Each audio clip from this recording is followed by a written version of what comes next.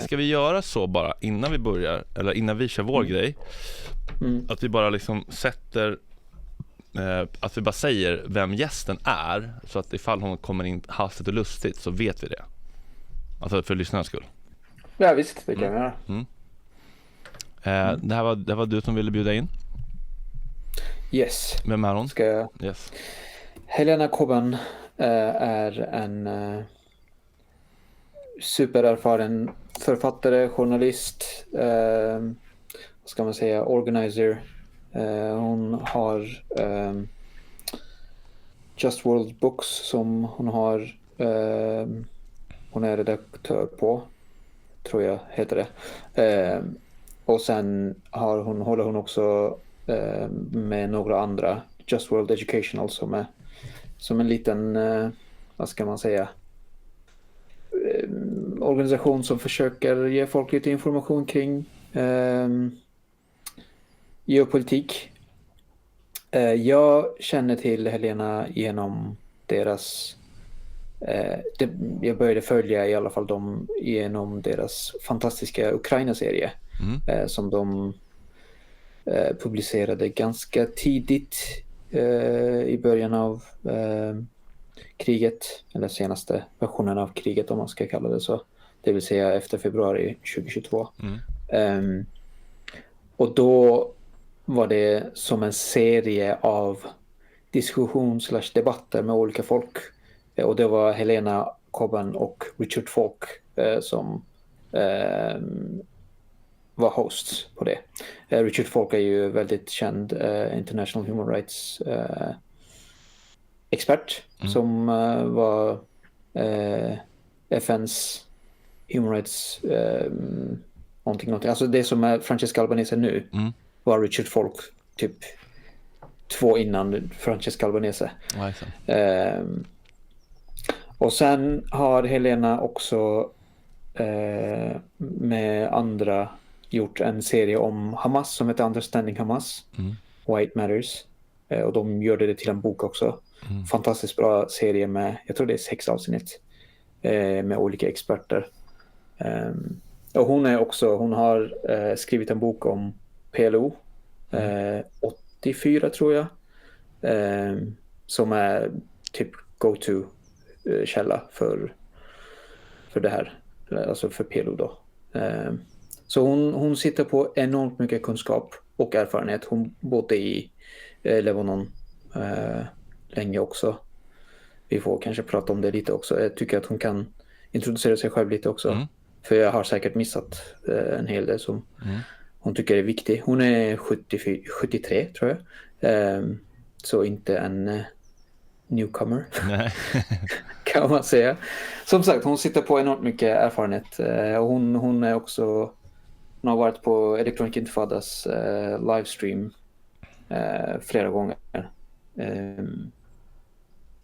Ja, så hon kan mycket om det vi brukar prata om. Därför är hon en jätteintressant gäst tycker jag. Kommer vi prata om liksom Palestina mest, eller bara, eller kopplar upp det till Ukraina och liksom... Jag tycker att vi börjar idag med Gaza och Palestina och Hamas allmänt. Det tycker jag, för det är en ganska stor ämne, och det är just nu upptrappningen liksom, det känns som att det är viktigast. Jag har fått sms från min kontakt Dr. Bassem Naim på Hamas-företrädaren på WhatsApp, som jag har liksom verkligen dragit mig för att öppna. Och öppnade dem idag, och då var det en beheaded baby och en man som brann upp i en stol i ett bombat tält. Det var en journalist, Ahmed Mansour. Till och med. Alltså, folk är folk, det spelar liksom ingen roll egentligen. Men det hade kunnat vara en Hamas-krigare, det är lika vidrigt. Ja, absolut. Men just om vi kopplar det till vad som händer nu i Sverige. Om man har sett senaste, jag tror jag igår. Så det här med att Israel mördade en palestinsk journalist i tältläger genom att elda upp honom. Samma dag så går ut ETC, alltså nyhetstidningen, med att Delgado Vargas heter hon väl, vänsterpartist, politiker, som är väldigt aktiv i Palestina-rörelsen och liksom höjer sin röst. Hon har tydligen delat någon bild på någon plattform, Facebook eller någonting sånt, som då kritiseras för att vara antisemitisk, såklart, hela tiden, det här jagandet. Samma dag som den här journalisten mördades publicerar ETC detta istället för den här nyheten. Och sen nu återigen ETC rapporterade att vi har rapporterat om det här igår och nu är hon polisanmäld. Jättebra. Av judisk centralrådet. Aron Westervändig tror jag det är han som sionisten. Så det ETC är alltså rödgrön. Och sen när jag kollade, den som rapporterade om detta, han som rapporterade om detta först var Max V. Karlsson från ETC. Jag bara ville kolla, vad har han sagt hittills om Hamas liksom, under folkmordet. Sen dök det upp på Twitter att han hade delat den här Screams Without New York Times om sexuella övergrepp 7 oktober. Ja, precis, ja. Som var ju en propagandapis, atrocity-propaganda, för att berättiga folkmordet egentligen. Som är genomsågad efter publikationen. Debankad flera gånger om. Ja, 100 gånger. Alltså om man bara kollar på EI eller även på The Intercept har de publicerat om det, att det var bara lögner. Och det kommer upp hela tiden att det där var lögn, det där var lögn, det där var lögn. Det var före detta israeliska arméofficerare som var skribenter för den där. Så det är liksom, men han har delat den och så det var fruktansvärt läsning och det var jättemånga reportage som de har gått igenom och filmar och bla bla. Liksom ger det mycket cred. Och har inte sagt någonting om det sen dess. Nej, inte backat liksom. Nej. Och jag har konfronterat honom. Precis, jag har konfronterat honom. Ja, du är ändå inne och vevar. Du kämpar på Twitter typ. Ja, jag tycker att någon behöver göra det. Ja, alltså, verkligen. Jag bryr mig verkligen inte om honom. Nej, men alltså, folk läser ju och tänker att det där är sanningen. Jag tycker att det är ett bra exempel på att det finns ett enormt problem i svensk journalistik och allmän opinionbildning att folk bara läser New York Times och Guardian och sen tänker det här är sanningen. Ja, men när information kommer från trovärdiga källor, då behöver det inte liksom scrutinize, då behöver man inte liksom fact-checka. Vi bara litar blint på det när det kommer från ett håll. Och allt som kommer från terrorister, det är bara så här: nej, det här är dockor, det här är Pallywood, det här är bara fake. Och man bara... Ja. Alltså, han är ju inte så dåligt om andra sidan. Alltså liksom, han delar ändå mycket om Palestina och Gaza om man kollar hans Twitter-feed. Det kan man ju ge honom. Men att det här, alltså, deltagit i folkmordspropaganda helt enkelt. Och när jag konfronterade honom, han bara, nej, du bara hittar på, du kämpar med dina hjärnspöken, bla bla bla. Liksom väldigt patronizing och inte tar ansvar. Nej. Och det är också väldigt ironiskt att han jagar den här vänsterpartisten så in i helvete egentligen. Som kanske kommer sluta med att hon kommer bli uteslutad av partiet och politik. Men när han själv blir granskad och konfronterad så är det bara nej, inget. Hjärnspöken. Ja, precis. Ja. Du är bara en vad var det? Du spelar arg teater. Vad heter det? Vilken teater? Arg teater. Vad heter det? Vilken slags? Arg teater. Jaha. Jag var inte riktigt snäll när jag konfronterade honom. Nej. Jag är arg. Ja. Yes, jag är arg. Som sig bör. Precis. Ja, men det som är grejen så här, alltså om man tänker på vad journalistik är så här, det kan väl finnas en plats för att granska vänstermänniskor eller palestinier som delar saker om det finns riktigt liksom problematiska antisemitiska liksom konnotationer i saker man delar, men då måste man också skriva om när Israel avrättar och eldar upp journalister, för annars så blir det ju någon slags propaganda. Det är också en prioriteringsfråga. Ja, men liksom, exakt. Vad lägger vi fokus? Det är det. Ja, det är som jag skrev till honom också, att liksom, jaga folk under förintelsen för antityska exakt. Facebook-posts. What the fuck? Exakt. Det är sinnessjukt. Alltså, och samtidigt som du säger, rapportera inte om själva förintelsen. Ja, det är en bra liknelse så här. Hur många skulle vara upprörda på delningar i tidningar? Möjligtvis. Alltså, det kan tolkas på det sättet, bla bla bla bla. Ja, exakt. Det är inte ens klockrent. Nej. Det är liksom, men det är ju aldrig klockrent. Det är det som är grejen, att det är det mest liksom luddiga, tyvärr. Den luddigaste rasismen som finns, just därför att den ska kunna appliceras när det passar dem. Precis. Och med dem menar jag tyvärr både ETC och Netanyahu. Liksom. Det är det som är så deppigt, att de är liksom i samma låda när det kommer till det där. Och det... Ja. Och det, alltså... Som sagt, jag bryr mig inte som honom som person. Men han exemplifierar ett stort problem som vi har. Det. Just den där artikeln, Screams Without Words heter det, tror jag. Exakt. Den har ju delats av så jävla många. Ja, precis som att så här, beheaded babies blev liksom en världsnyhet. Men ingen delade att det var helt hittepå. Ingen. Nej. Det är bara vi som bryr oss. Den här var lite mer sinister, skulle jag säga personligen. För det där med beheaded babies, ändå folk på vänsterkanten har sagt att det där var ju inte sant efteråt. Men just den här, man antar att Hamas skägggubbar, det är klart de våldtagit. Ja. Det var Irena Pozar också från Aftonbladet då. Jag vet inte vad hon gör nu. Hon hade också delat det. Och det är liksom delat det med, och det här studien om just hur våldtäkt förekommer i alla krig. Ja, därför betvivlar jag inte att Hamas också gjorde det. Men what? Men så krig, det var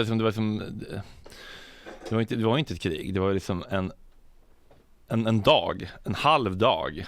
Ja, det är klart att vissa män skulle kunna ha prioriterat att gå in och våldta, men om man tänker på varför gjorde man det? Ja, skitsamma, jag vet det, men det är ändå anmärkningsvärt. Också, om man är så historielös. Kan jag få lite mer kaffe? Den här liksom, och de som kämpar mot kolonisering. Nu kommer hon. Okej. Ja, men vi tar in henne. Ja, vi tar in direkt, va? Är det oartigt att låta dem vara gäster? Ja, men vi kör. Ja, precis. Would you like to just shortly introduce yourself, and then we can talk about the situation in Gaza right now, maybe just as an introduction, and then talk about why that matters, part of the understanding Hamas, and then talk about maybe more about the content of the book itself. Okay. Does that sound good for you as well, Frederick? Yeah. So awesome. The two of you, like, if you want to butt in when I'm talking, that's fine too. We can make it conversational. Like, I'll try not to talk at too great a length anytime. But okay, yeah. So hi, my name's Helena Cobban, and I am originally British, been living here in the United States since 1982, which was a terrible year because that was the year the Israelis invaded Lebanon and started bombing the hell out of West Beirut, which is where I had just come from. So currently, I am the CEO of a book publishing company called Just World Books that I founded in 2010 that has published a lot of really cutting-edge works by Palestinian and Zionism questioning Jewish authors as well as anti-war authors. And I'm also the president of a non-profit educational foundation called the Just World Educational Foundation. We have a super board of directors, including Nora Barrows-Friedman, Alice Rothschild, Rami G. Khoury, Richard Falk, and other great leaders in the pro-peace movement here in the United States. So one of our earlier projects we've had so many projects on Syria and Ukraine and China and nuclear weapons, nuclear proliferation, etc., etc. But last year, at our board meeting in March, we decided that we really want to take on the issue of Hamas, which in this country, like amongst a lot of progressive and humanitarian-minded people, they were all like, we've got to help the Palestinians, we got to save Gaza, but let's not talk about Hamas because it's like what we call in this country the third rail. It's like, if you touch it, you're going to burn. So we're small, we're agile, we have a tiny budget at Just World Ed. Nobody's going to sue us and come after us, for our untold wealth and riches. And I like being small and agile like that, because that has enabled us to do a lot of, cutting edge, timely projects, quick turnaround, get the material out. And that's essentially what we did with this. During May of last year, we held 5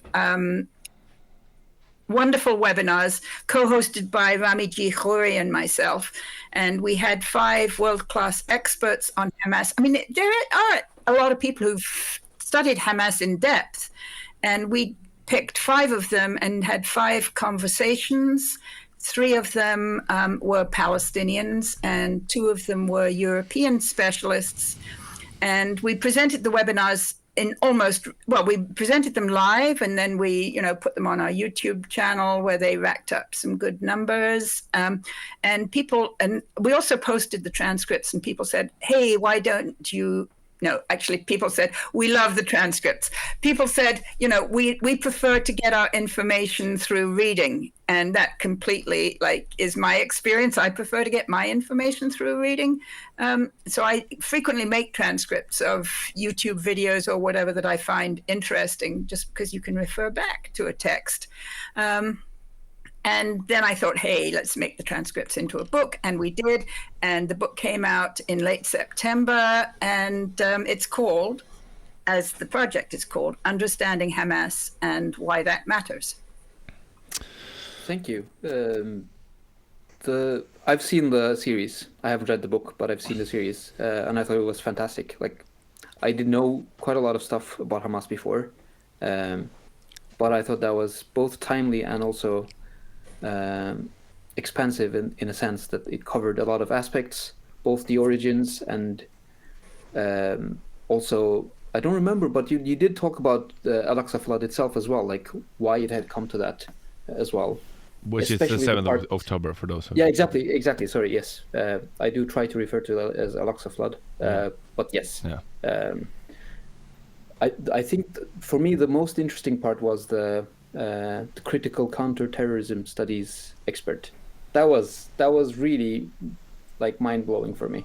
A completely different way of looking at things, and it was also a lot of I think all of them had been to Gaza as well, or had some sort of interaction with the people. So it was both people who had experience and expertise. That was very interesting. Yeah, so I myself have done some back in the past when I was more like a journalist and researcher before I became a sedentary publisher and general kind of online anti-war person.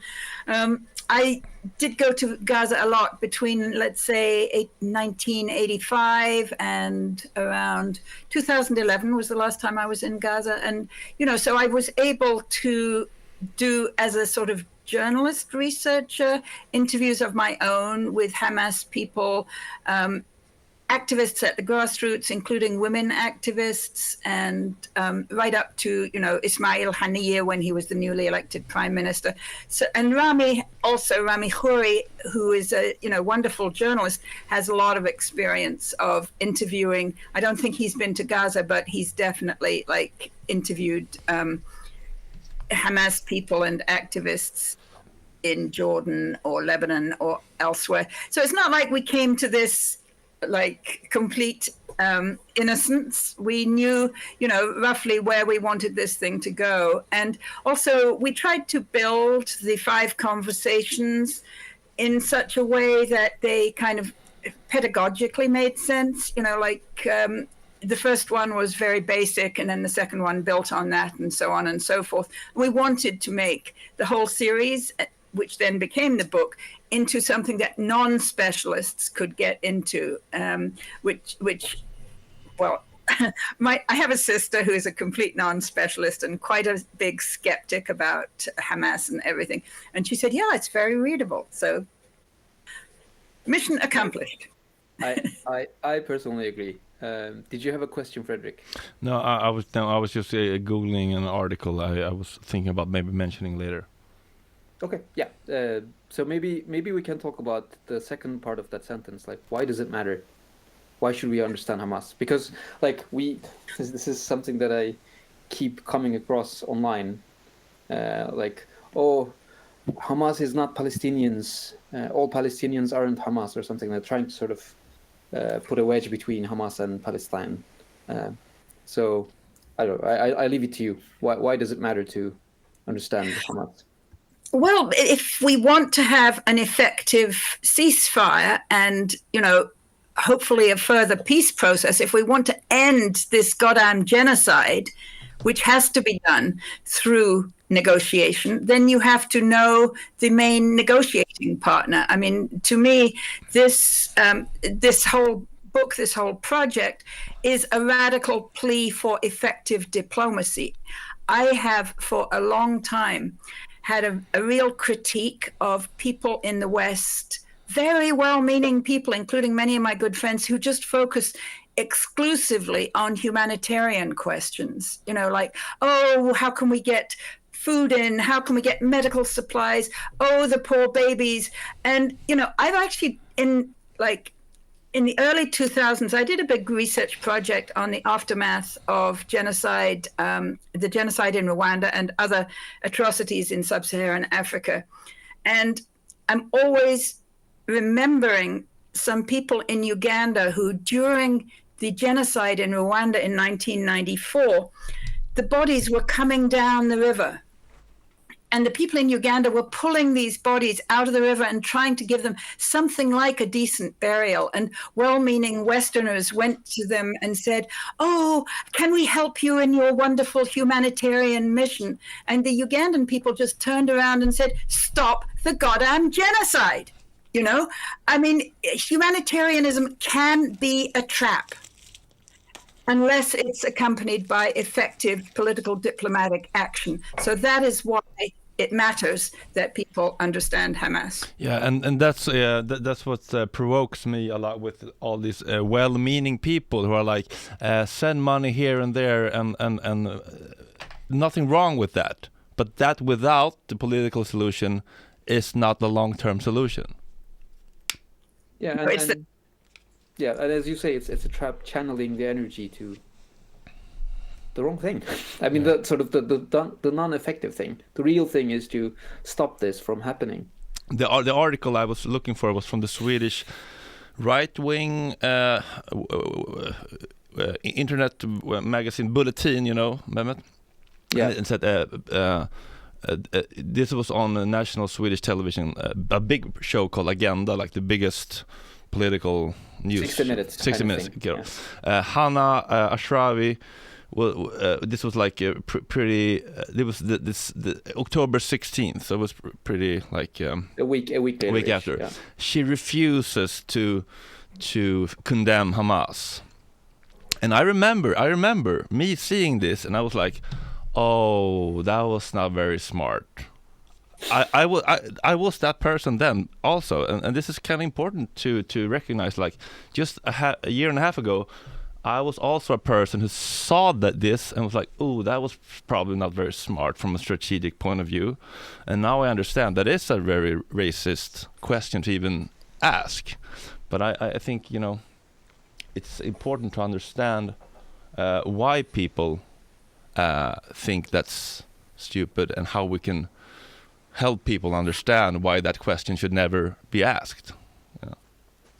Yeah, I mean, I think that focus in the early months and until now, after October 7th, on do you condemn Hamas? And even we need to remember that 2 or 3 Security Council resolutions calling urgently for a ceasefire were actually vetoed by the Biden administration because the ceasefire resolution did not include that little tag about we condemn Hamas.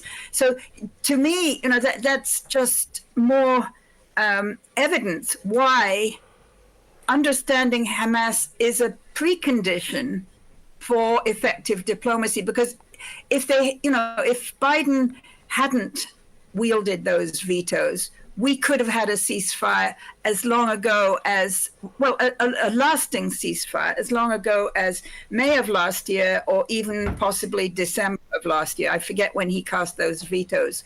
But this kind of knee-jerk thing, do you condemn Hamas? You have to condemn Hamas, or actually, usually like in Hebrew style, they say Hamas, you know, and so I think they've given up saying Hamas quite as much as they used to, but it's always used as a conversation stopper rather, yes, and a diplomacy stopper. So why has Hamas been demonized to that extent? I think, Mehmet, you referred to the critical terrorism studies conversation that we had with Dr. Jeroen Gunning, who is an expert in this field of critical terrorism studies. And it resonated with me because I grew up in England in the 1950s. And, you know, back then, the Mau Mau in Kenya were so demonized, you know, and we had to save the Kenyan people from this Mau Mau, you know, national liberation movement. And so the demonization is designed to manufacture consent, to, you know, maintain consent for radically genocidal or imperial colonial projects in the global South.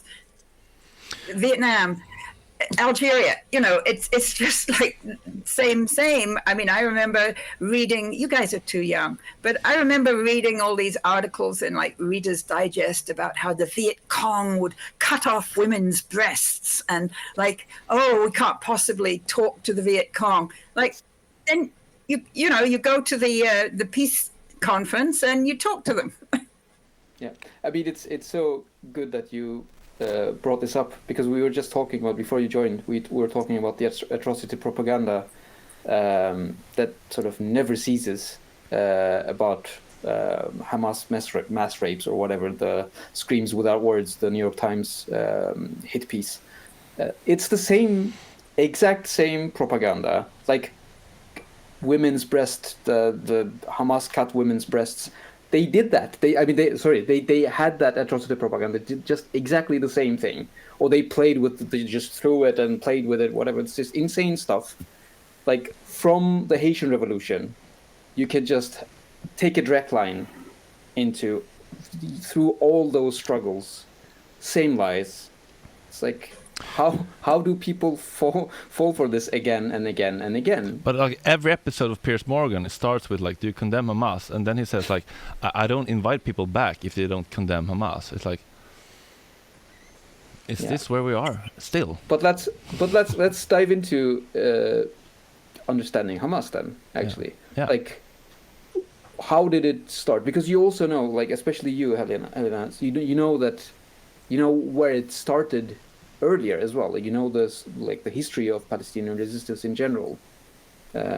Maybe you can take us through shortly, especially about I mean, okay, it's a big ask, I know, but like, I think it's important to understand how it was before Hamas, to understand why it came to Hamas. Yeah, so Hamas actually was founded in December of 1987. This was the exact same time, exact same place, Gaza, that the first Palestinian Intifada broke out. So the first Palestinian Intifada was a civilian-based mass movement in the Israeli-occupied West Bank and Gaza against the military occupation, which had continued at that point nonstop since 1967. Remembering that military occupation under international law is supposed to be a transitional period prior to final peace negotiations in the context of which the occupying power withdraws completely, and there are negotiated terms for that withdrawal. So, for example, the US occupation of Germany after 1945 lasted, I think, 7 or 9 years. US military occupation of Japan, similar. US occupation of Iraq lasted, I think, 12 years or 11 years. But here the Palestinians were after 20 years, and there was still no horizon for them to achieve the end of the military occupation. So they rose up. It was a sort of mass-based, overwhelmingly non-violent series of well-coordinated grassroots protests. So until that point, there is this sort of region-wide network of organizations called the Muslim Brotherhood that had started in, I want to say, the 1930s, maybe 1940s in Egypt. And you know, there are branches, chapters of the Muslim Brotherhood all over the region, primarily in Arab countries, because it is a Sunni Arab movement, and they different chapters have done different things over the years. But the Egyptian chapter and the Palestinian chapter were largely at this point in the 1980s focused on like right living. You know, how to be a good Muslim family in a good Muslim community. You know, I'm a Quaker, and I see the same thing amongst Quakers or Catholics or others, you know, who have a religious mindset and a religious motivation. Some people in Quakerism, you know, want to really focus on living a good Quaker life. Catholicism the same, and some people want to be activists. And actually, for me, in Quakerism, I think the two are very closely combined. You know, that we support each other in essence. So, I mean, I understand how for a long time the Muslim Brotherhood in Palestine was not involved in politics. They were involved in like, how do we build a good Muslim society? When the first Intifada broke out, the head of the Palestinian Muslim Brotherhood, Sheikh Ahmed Yassin, said, we have to join in at the political level. And his followers and people were really ready for that. And so they joined in and they formed this special thing called the Islamic Resistance Movement. That's what Hamas means in Arabic, Harakat al-Muqawama al-Islamiyya, which was in like contradistinction to all the other resistance movements that had existed until then, which had a either explicit or implicit secular orientation, you know, including leftists like the Popular Front for the Liberation of Palestine and so on and so forth. So Hamas, that's when they entered the political arena, and they did so in competition, I want to say, primarily with Fatah, which was the main secular nationalist movement. And then in 1993, the leader of Fatah, who was also the leader of the PLO, Yasser Arafat, concluded this Oslo agreement with Israel, mediated by your neighbors there in Oslo. And it was supposed to be an interim agreement with the final peace agreement between Palestine and Israel coming into operation within 5 years. So actually by 1999, there was supposed to be, under Oslo, there was supposed to be a final peace agreement. Didn't happen. For a lot of reasons. Just to jump in, that in that final agreement, there was supposed to be a Palestinian state as well, right? Yeah. So yeah. it envisioned the Palestinian sovereign state by 1999. Living alongside Israel, yeah. and with some, as they said, border adjustments, whatever.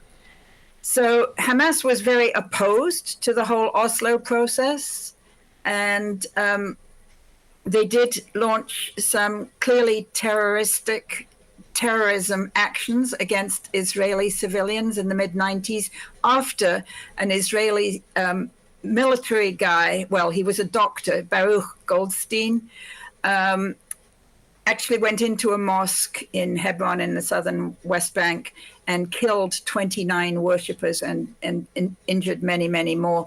And the Hamas people, who were very strong in Hebron, still are, said, it cannot be the case that your people kill our civilians without us being able to do the same. And, we have an agreement not to kill each other's civilians? And the government of Israel refused to enter into such an agreement, and indeed, just actually strengthened the positions of the Israeli settlers, the illegal Israeli settlers in Hebron, in response to what happened.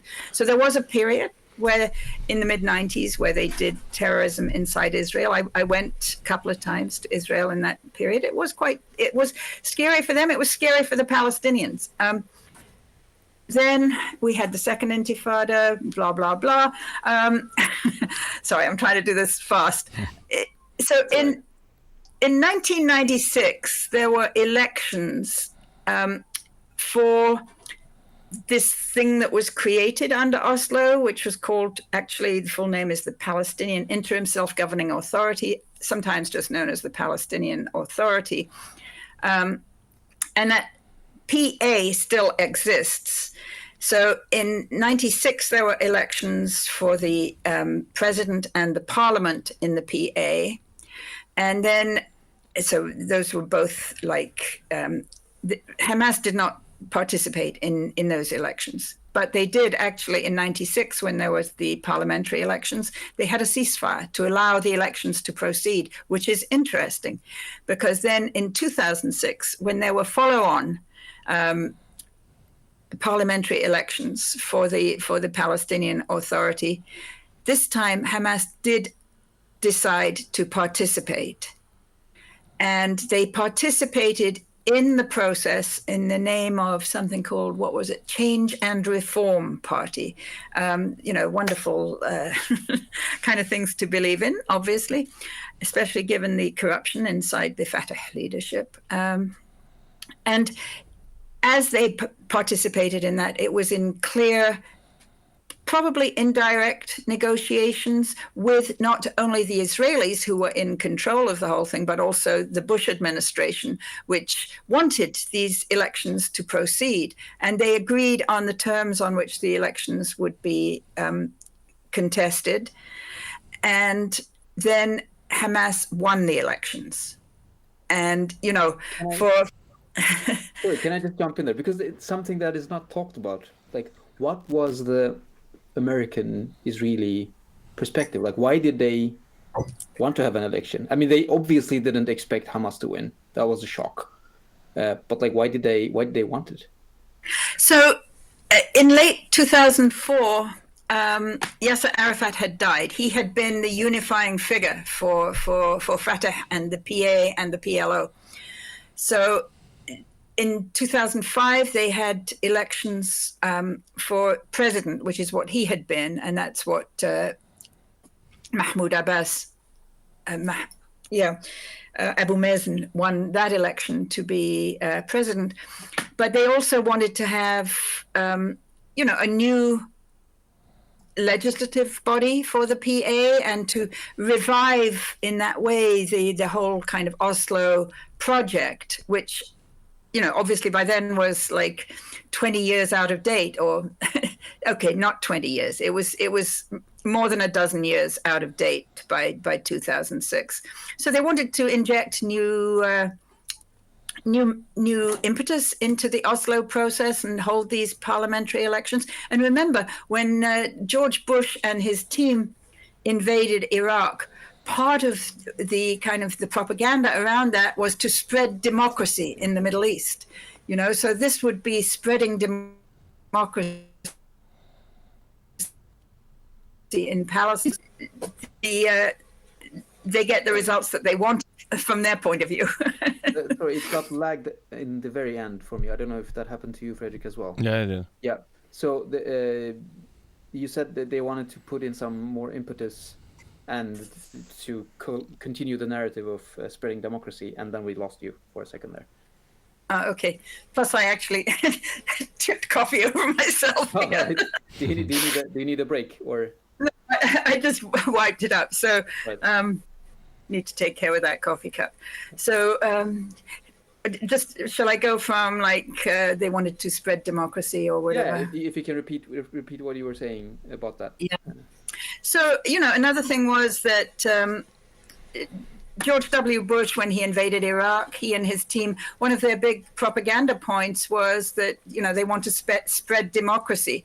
So, as we know, the spread of democracy in Iraq was chaotic and very damaging in many ways for the Iraqi people who are still trying to recover from the whole invasion and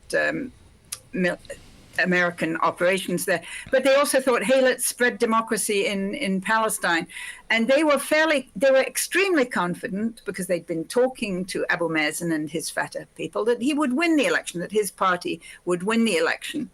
And it didn't. So Hamas won the election. Hamas participated in good order in an election that was certified both by Jimmy Carter's Carter Center and the EU monitoring body as a free and fair election. There was no, election shenanigans or anything. And they won it. So this sent Condoleezza Rice and the Israelis into an absolute tailspin. They didn't know how to deal with this because they had been so confident. And they tried to work with Fatah to organize a coup against Hamas. That didn't work. Hamas understood what was coming, and they managed to preempt the coup. But how it ended up was you had a Hamas administration in Gaza and a Fatah administration in the West Bank. And interestingly, the support for Hamas is as strong in the West Bank as it is in Gaza, possibly even stronger. I mean, there have been many public opinion surveys that have revealed that Hamas has more support in the West Bank than it does in Gaza, which I think is worth remembering. But of course, in the West Bank, the Israeli military is present on the ground, or has been continuously since 1967, and able to work with Fatah and the PA and Abu Mazen's people, who are acting like quislings, it has to be said, in the West Bank to work with the Israelis. Whereas in Gaza, the Israeli military had actually pulled out in 2005. And the Israelis said, that means we're no longer the occupying force. That's not true. Under international law, they are the occupying force because they control all the borders, land, sea, and air borders. They control everything that goes in or out. They control the population registry. Classic talking point. We gave back the keys in 2005. We gave back the keys. No, you didn't. Yeah, exactly. Like, we gave back the keys, but it turned into a big concentration camp. Yeah. But this is interesting because this is also a talking point I hear sometimes. Like, Hamas took the power with force in 2006, and it was this civil war in Gaza. they try to make it sound like Hamas stole the power from Fatah. Yeah. If you go back to the whole record of the elections, that's not what happened at all.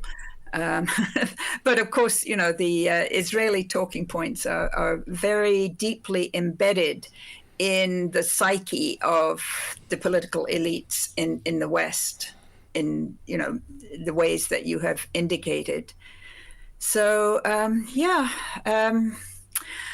how Hamas is run today is one of the things that we discussed a lot in the project. The relationship between the military and political wings of the movement. And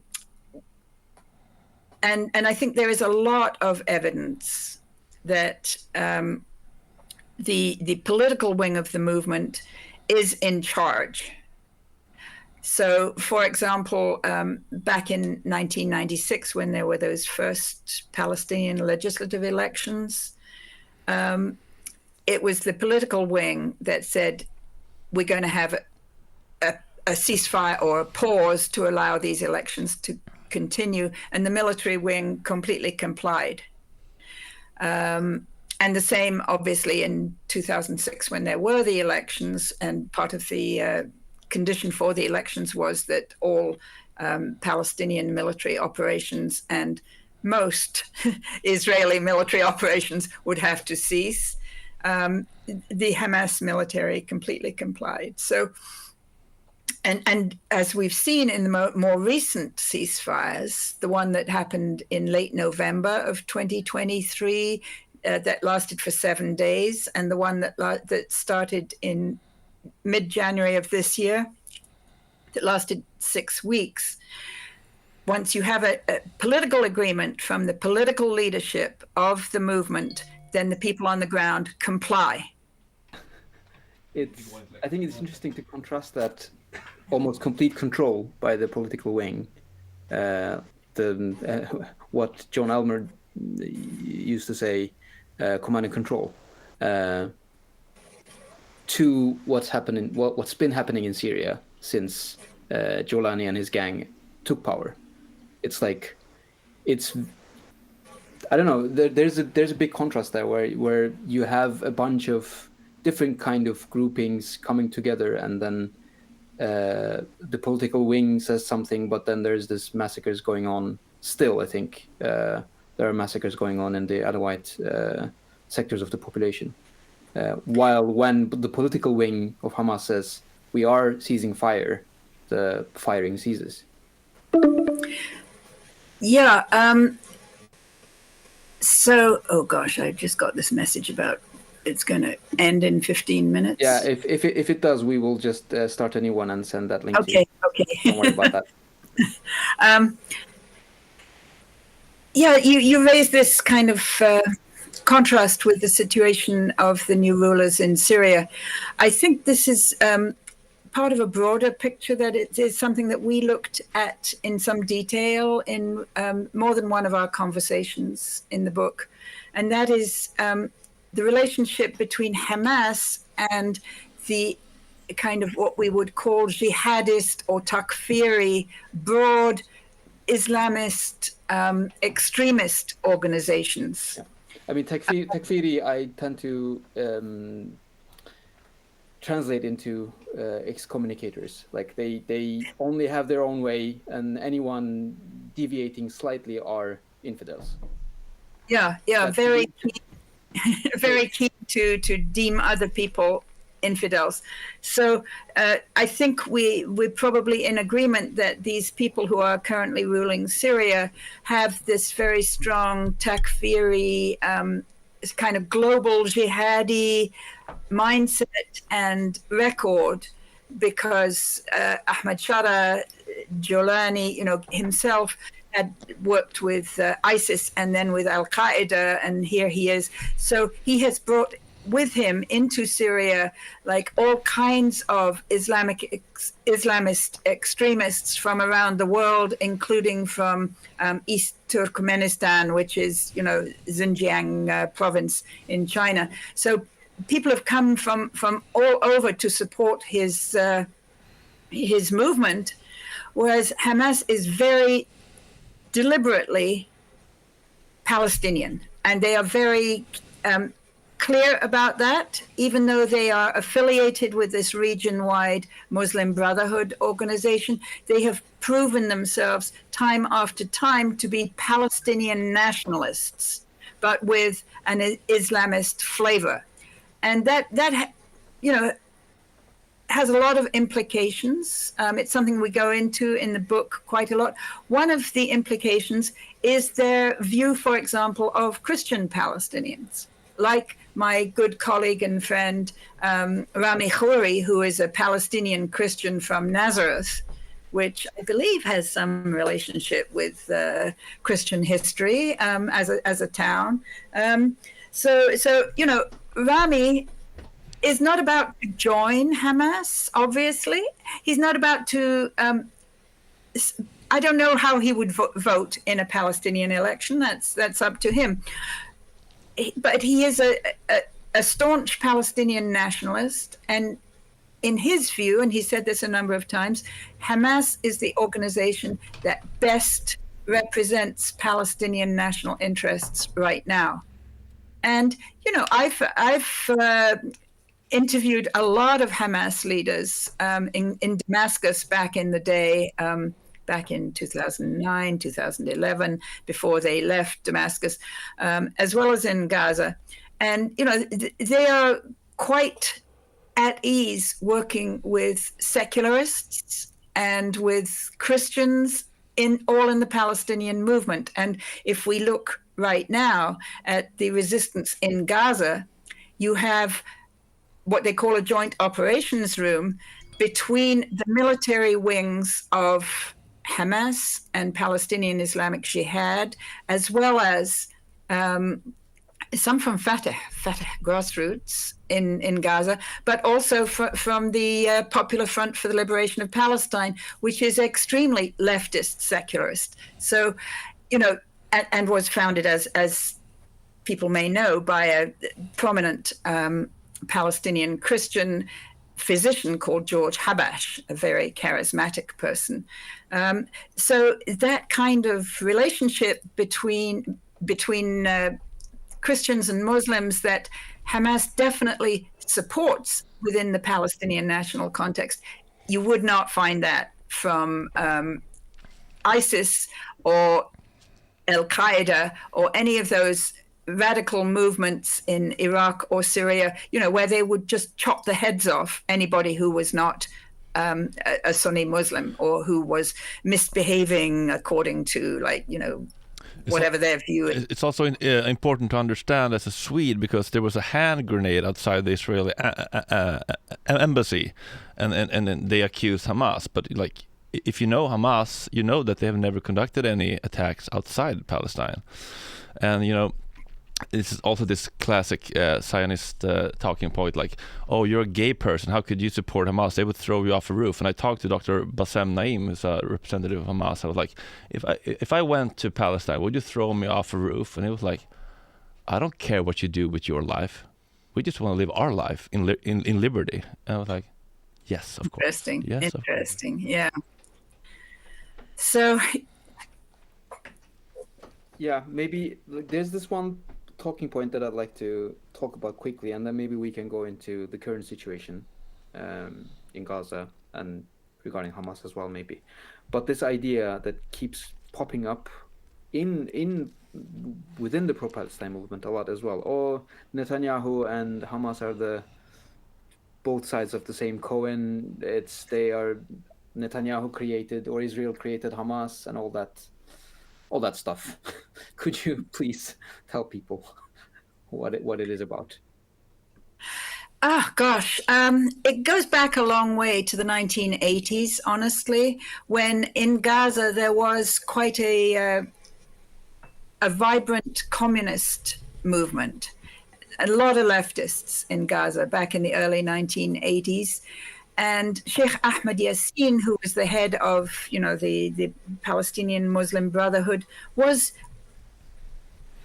trying to get people to live, the righteous, pious observant Muslim life. So he obviously felt very threatened by all these, communists and leftists and modernizers and secularizers and whatever. And I think he did get funding from the Israelis to build mosques.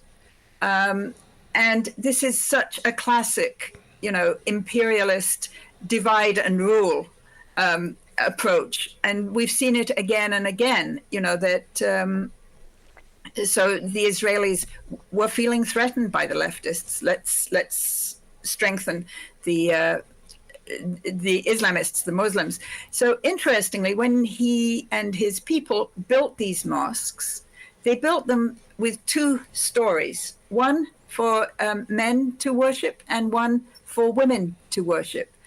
That was revolutionary, honestly, in Sunni Islam, that you give equal thought to the religious needs of the women.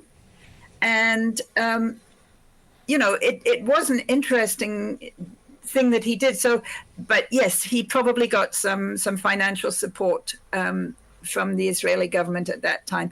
Since then, you've seen whenever, for example, over the last 10 years or whatever, whenever there was some pressure from the Biden administration or from the EU or whatever for the Israeli government to make political concessions to Abu Mazen and the PA, then Netanyahu would try to undercut or undermine the PA by sending in Qatari money, as we know now, to support Hamas.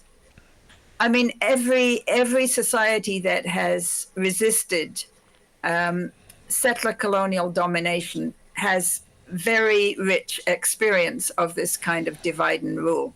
The British in India, or Columbus here in the New World. I mean, I don't know if Sweden has a big record of running settler colonial projects, but I'm sure if you have any and you look at them, you'll see that they want to play this tribe off against that tribe, this current off against that current, and that's how they they rise to the top. So it's not surprising. And I mean, it's very important to put that in that context. Like, Gaza was under occupation. If you wanted to do charity work and get funding, the only place you could ask from reasonably was the authority that was ruling over you, that is the Israeli authority. Like, the fact that they got money from the ruling authority as a charity, I don't think it shouldn't be this damning, but it somehow is a good talking point for some people. And at the same time, like, when I look at it today, like, talking about this today is so ridiculous, because if you look at the leadership of Hamas, the ones that are still alive, who hasn't been killed by Israel, they've lost a good portion of their own families and close relatives to this occupation now. Like, what kind of sponsorship is this? Yeah, I mean, I think it was probably very difficult for them to decide how to do this. The Israeli, the Palestinian word for this is tansik, coordination. How you coordinate with the Israeli military that everybody knows controls the borders. For example, when my husband and I went to Gaza in 2011, this was actually shortly after the toppling of Mubarak in Egypt, and we managed to get in through Rafah, and then we did a couple of seminars in different little think tanks in Gaza. It was an interesting time, but to get in and out of Gaza through Rafah, you had to go through this extremely complex process called tansik. So in the Israeli military, they have this body called Kogat, which is the coordinator of government affairs in the territories. They don't even call them occupied territories, but just territories. So when we went out, it so happened we had just had dinner with this guy, Ghazi Hamad, who is actually now, I think he's in exile. He's a Fatah leader. He was sorry, not a Fatah leader, Hamas leader. He was the minister in the Hamas government in Gaza, minister of crossings, which, like, just to organize like everything that you do at like Rafah and Kerem Shalom and Erez back in those days, you needed to have a whole ministry to do it. So we'd been having dinner with Ghazi Hamad, and it was only because, he called his people and they called their people and whatever. So it was coordination between Hamas and the Israeli Kogat and the Egyptian military intelligence. I mean, for an ordinary person to navigate all this, very, very difficult. But we had, Frederick. I'm sorry, we have to do another call because we have 3 minutes left on Google Meet. So if I could just make another link and we can continue. Yeah, and I think this is a good place to segue into today and what's happening these days. And okay. So okay. It's okay if we end this call. I'll send a new link to you guys, and we'll be back on in 2 minutes. Yeah, and we can just wrap it up in about 10 or 15. Yes, and perfect. And have people buy the book. Buy the book. Yes, of course. We should definitely plug it in at the end. Absolutely. Yeah, of course. Yeah. Send the link to where you can buy the book. Okay. New link in 1 minute. Jag hade glömt bort den där grejen. Ja, vi har ju Valentin. När kommer han? 18:00. Oj. Du får gå dit. Börja se upp med honom. Jag fick runda det här så snart som möjligt. Grovt. Alltså grovt.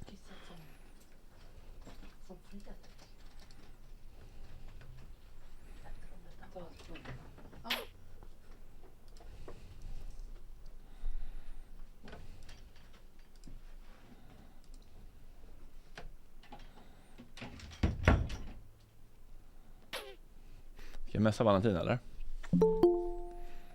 Okej, nu kommer han in. Funkar det? Hallå, funkar det igen? Jag har skickat till henne. Snyggt. Har du skickat till henne? Ja, det har jag. Mycket bra. Hela skärm. Ja, bra person. Ja, verkligen. Hon är grym. Kan saker. Kunskap. Perfect. Welcome back. So if we try to wrap it up and talk about maybe today, where things are at. I mean, from what we can see, things are looking very bleak. The genocide is continuing. It feels more rampantly than any time before. And the resistance feels subdued. But maybe you can expand on that, like why that may be. Hang on, I can't hear anything. Okay. Is there something we can hear you about that? Sorry about that. No worries. I was just asking if we can wrap up this session by talking about today, where things are. It does feel like right now the genocide is continuing in a much more rampant pace. We see beheaded babies, beheaded people, burning alive. Exactly. I mean, like things that no one would want to imagine, but we see every single day in multiple occasions. Every accusation is a confession, etc. Yeah, exactly. And also somehow the resistance feels a bit more subdued, at least from an external view. Maybe you have more information on that you can talk about, but also where do you see things are going to? A lot of questions, sorry. Is the ceasefire agreement completely dead, or where is this heading? Yeah, these are such big questions. It's April 8th today, and who knows, by the time somebody watches this, maybe things will be far, far worse. Frederick actually just said every accusation is a confession. I think these accusations that Israeli propaganda has been pumping out nonstop since October 7th, they're not confessions as much as statements of intent. True. You know, mass rapes, yeah, we will do those. Beheading babies, yes, we will do those. I mean, it's just a terrible time. And however bad things are known to be, then those of us who've been following this very closely know that the things that we don't know are even worse in a sense.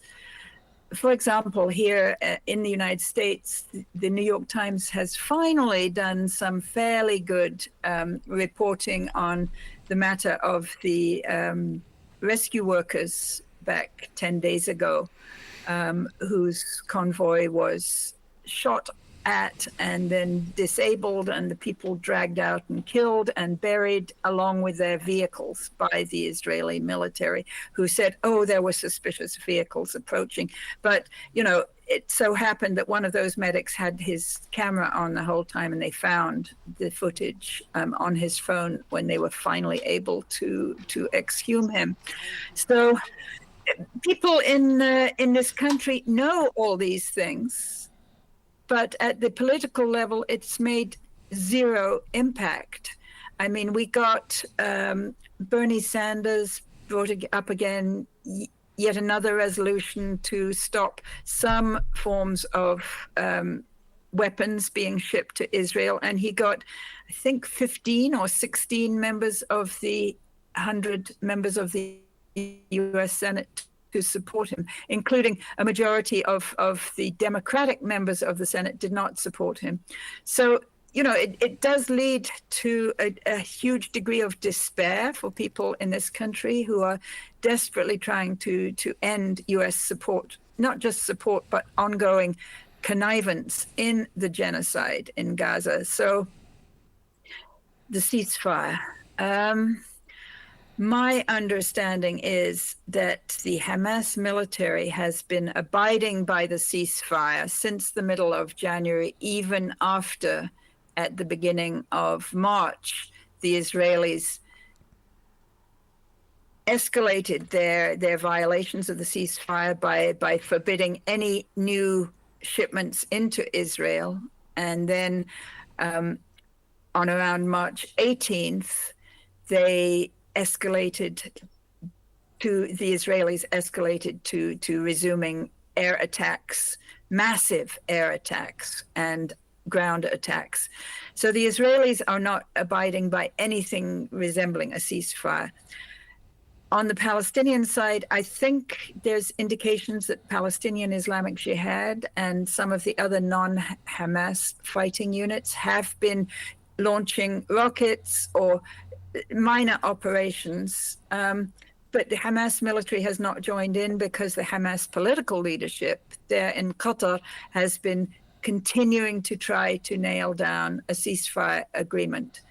Now, the January ceasefire agreement was, as we know, supposed to be an 18-week process that would lead to a very hard ceasefire and a degree of some form of self-governance or self plus Arab governance in Gaza that would allow rebuilding to start. That was to be an 18-week process divided into 3 6-week chunks. At the end of the first 6-week chunk, that's when the Israelis just walked away from the process. And they can continue to do what they have been doing without any outside force stopping them. The British military is apparently continuing to give them tactical information from the flights that they fly out of Akrotiri, Cyprus.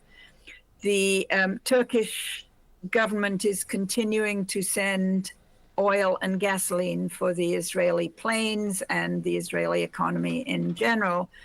the Americans are continuing to send bombs, weapons, share military information, give all kinds of support.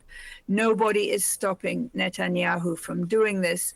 And the United Nations bodies, well, the Security Council, which is the one body that could end this, is both paralyzed and hamstrung. I mean, it's paralyzed in terms that you don't see Secretary General Antonio Guterres going out and making impassioned pleas for a ceasefire or for, Palestinian national liberation. You don't see Guterres doing anything principled like that. But he also is subject to the US veto. So it does, for the moment, it all hangs on Donald Trump. And who knows? He is so unpredictable. Back in January, it was his person, his real estate buddy, Steve Witkoff, who was able to force Netanyahu into the first 6 weeks of the 18-week ceasefire. Something that Joe Biden could have done since either May of 24 or December of 23, depending on who you listen to. But definitely, so for 8 months from May of 24 until January of 25, Joe Biden refused to do it. And then Witkoff did it, but it was only for the first 6 weeks. I mean, isn't there, so sorry to jump in, but wasn't it, because this was a discussion people had at the time as well, was it that Trump forced the ceasefire, or was it the resistance made it so that they had to come to the table finally? Because the cost they were paying every single day by blowing up tanks, killed soldiers, an economy that keeps tanking, how is that balance? The Israelis, it's true, have suffered from the attrition of the conflict, but they were not on the brink of collapse and desperately saying, "Oh, Steve Witkoff, come and save us." I mean, so Steve Witkoff nudged it over the line at that point. And where are we today? I don't think the Israeli military is about to collapse today. The Israeli political system is in real trouble, as we know. But, when the Israeli political system is divided and conflicted, the one thing that seems to keep them going is keeping the war in Gaza going. I don't know, of course, the hostage families are a big, presence on Western media, and they hold these big demonstrations. But actually, how big are their demonstrations, honestly, inside Israel? I mean, I remember, for example, after the revelation of the massacres at Sabra and Shatila refugee camp in September of 1982 by the allies of the Israelis, by the Phalangists, when something like 3,000 Palestinian civilians were massacred over the course of 4 or 5 days. When the Israeli public found out about that, they rushed to the streets and demanded that Israel pull back from Beirut, and they actually brought down the Begin government. That was a mass peace movement inside Israel. They had 1 million people on the streets at a time when the Israeli population was about 1/3 of what it is now. It was truly, you could say, inspiring that they brought down the Begin government, and they forced the creation of this Kahane Commission that said that Ariel Sharon, this was in 1982, should never again be given a position of any power in Israeli politics. That was a peace movement. Now there's no peace movement like that in Israel. There is the hostage family movement, but the hostage families, they just want the hostages. They don't want to see the end of, Israel's control of Gaza and the West Bank. They don't want to see, the restoration of Palestinian sovereignty in East Jerusalem. This is not really a peace movement. It is an interesting movement, and obviously one's heart goes out to the hostage families, as it does to the families of the thousands of Palestinians in Israeli jails. But from a military point of view and a political point of view, I don't see the Israeli project collapsing anytime soon. There are some very interesting developments, like at the regional level. The Ansar Allah Houthis in Yemen are putting having a real effect on global trade, global shipping. And now Trump is sending Witkoff to Oman to talk to the Iranians. Now, do we think that the Iranians may agree to a deal where they get what they need, but they give up their support for the people of Gaza? I doubt it. But in the world of real politics, you never know what's going to happen. But if we zoom out, like from a more historical perspective, to end on a maybe slightly more positive note, do you agree with the historian Ilan Pappé? Are we seeing the beginning of the end of the Zionist project if we look on a long horizon? Frederick, I definitely think we are seeing the beginning of the end of it, and partly because the Zionist project is, if you like, the tip of the spear of the white settler colonial project headed by the United States.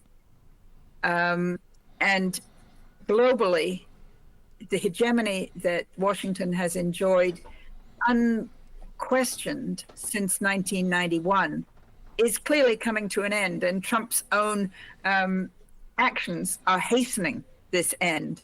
And so as that comes down, then the tip of the spear, is going to be affected as well.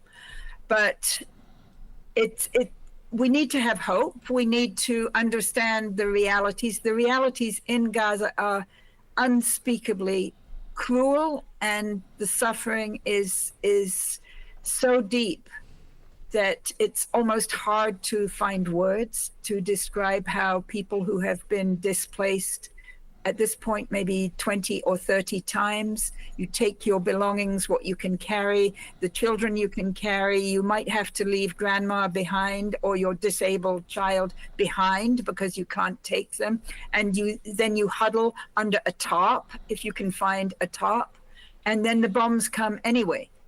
I mean, it's unspeakable, and it's being done with my tax dollars and with the full support of most European governments. And without our government's condemnation. So yeah, we have to have hope, and we have to do what we can. And I humbly say that combating all the terrible accusations that are made against Hamas is a really important part of this, because that's, if we can get Western publics to understand Hamas in a much broader way, we don't want to sugarcoat them with our book. They're like all political actors. They've done some bad things, but they have mass support from the Palestinian people, not just in Gaza, but also in the West Bank, also, I have to say, in Jordan, and in Lebanon. And so you can't eliminate Hamas. That's what Netanyahu and Trump currently seem to be saying. Although Trump also says, maybe we can get a ceasefire. He's so unpredictable. Yeah. I mean, but it's like asking people, do you condemn the Ukrainian army before you are allowed to support Ukraine? Do you condemn Azov battalion? Yeah, do you Ukraine the neo-Nazis? Comparison is completely whack as well. I mean, that's not. I should correct myself, because Azov they are Nazis. Hamas are not Nazis. just to be completely clear. Should be clear. Which we should talk about maybe later in another episode with you about Ukraine and Russia and all that. And as you pointed out, the broader geopolitical perspectives, BRICS, China, US, all that. I think they're all very interesting and timely topics. But as you said right now, with pertaining to Gaza, understanding Hamas is extremely important because Hamas is an organic part of Palestine. Eliminating Hamas means eliminating Palestine as well. Like you can't eliminate Hamas without eliminating Palestine, a big chunk of it. So people buy the book. Go to Just World Educational's YouTube as well.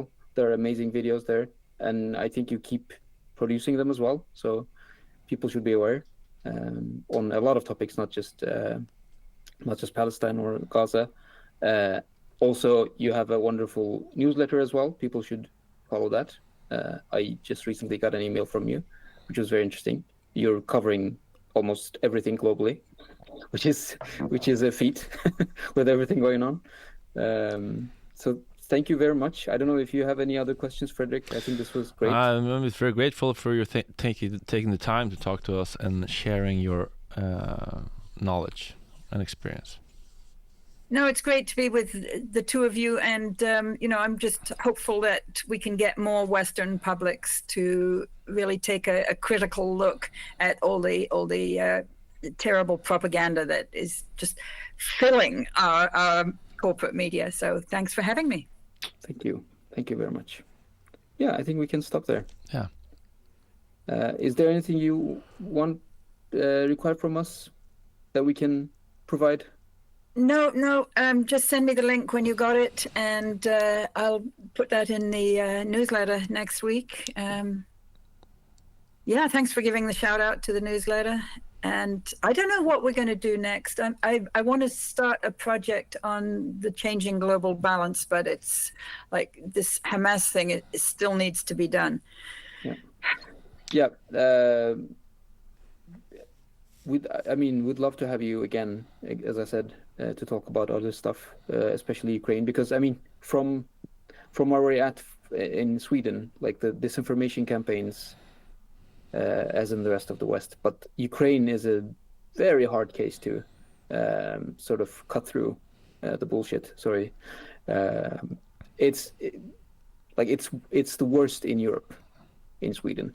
Yeah. Like when there are polls, like I managed. I interviewed Hamas, and I got through that without too much economical damage. But when I started talking about Ukraine, fuck. Yeah, so that's where we're at in Sweden. So I think it will be great to have you talk about Ukraine, Russia, as like a single episode, and then we can maybe, if you are still willing to, then we can do something else on maybe China or like in general BRICS and in like international geopolitics. That would be also great. Okay. Thank you. Thank you so much. much. Good to be with you. Thanks a lot for your time. Cheers. Take care. Peace. Bye. Cheers. Ja. Ja. Gott snack. Det var, ja, verkligen. Det var lång och tufft. Eller dense, som man säger på engelska. Ja, vad tyckte du? Nej, men jätteintressant. Jag blir alltid bara lite ledsen när man tänker på hur få människor som kommer att lyssna på det här. Men det är inte där man ska fokusera. Man ska vara tacksam för att man får prata med en sån här människa som kan så jävla mycket, och bara tänka att någon kommer att lyssna, kommer tycka att det är bra, kommer skicka en länk till sin kompis, som kommer skicka en länk till sin kompis. Och om 30 år så har vi en bättre värld. Det är så man får tänka. Alltså, på ett sätt tänker jag att det viktiga med sådana små projekt som vårt är att man inte når större publik, men snarare att man når folk som kan nå större publik. Det är lite mer indirekt effekt, tänker jag på. Och där tror jag kommer vi ha någon nytta, hoppas jag. Faktiskt. Och det är folk som Helena, det är liksom, om man tittar på Just World Educationals YouTube-sida, det är också väldigt lite folk som men det är fantastiskt bra informationskälla. Så jag tycker att det är viktigt att vi kämpar på. Verkligen. Så hoppas vi att folk hakar på, helt enkelt. Nu ska jag gå på K. Svenssons stand-up-föreställning och få skratta lite. Ja, Vad ska du göra ikväll? Jag ska hänga med min familj. Underbart. Med min 3-åring. Så. Det bästa man kan göra. Ja, precis. Det är fint. Tack för idag, kära du. Tack själv. Ha det gött. Vi ses snart. Ta hand om dig. Kram. Hej. Hej.